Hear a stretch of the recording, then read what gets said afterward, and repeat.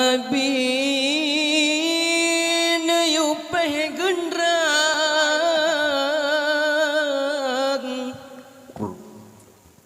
tanda prangan si kafe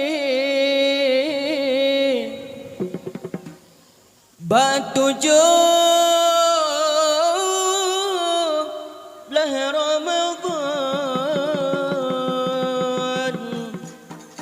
20 hijrah Nabi.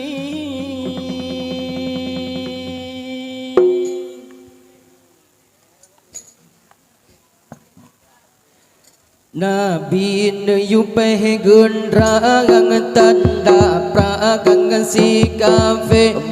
batu jumlah Ramadan 2 tahun hijrah Nabi prang Badar masanya nanayo prang Yahudi Allah afe kaji menghimpun kaji glok di kepong Nabi Allah kafe kaji menghimpun kaji glok di kepong Nabi kafe kaji pegan glok di Nabi hanjut tubit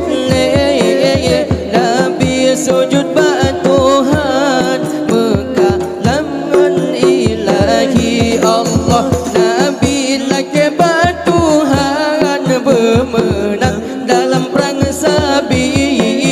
lehnya Nabi nejenjang neregam pedang sakti Allah Nabi nuyupeh gendrang tanda perang si kafe Allah batu jumlah Ramadan 2 tahun hijrah Nabi perang Badar masanya ndeyo perang Yahudi Allah kafe kaji menghimpun kaji glok di kepong Nabi Allah kafe kaji menghimpun kaji glok di kepong Nabi Allah Nabi maju dalam perang necak takut si kafe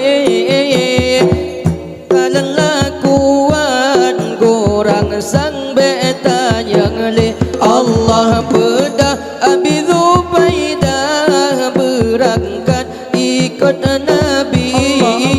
aduh kuda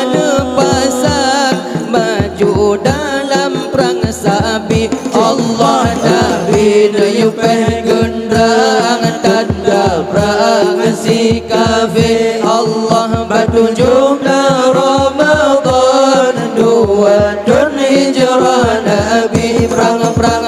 Badar masanya nuyu perang Yahudi Allah kafe kaji menghimpun kaji glok di kepong Nabi Allah kafe kaji menghimpun kaji glok di kepong Nabi Allah Ali bin Abi Talib meneangkan je kepahlawan tegak hana bandingan Zulfakar gempenari Allah sigang kesentam kafe dalam tanah dilepatikan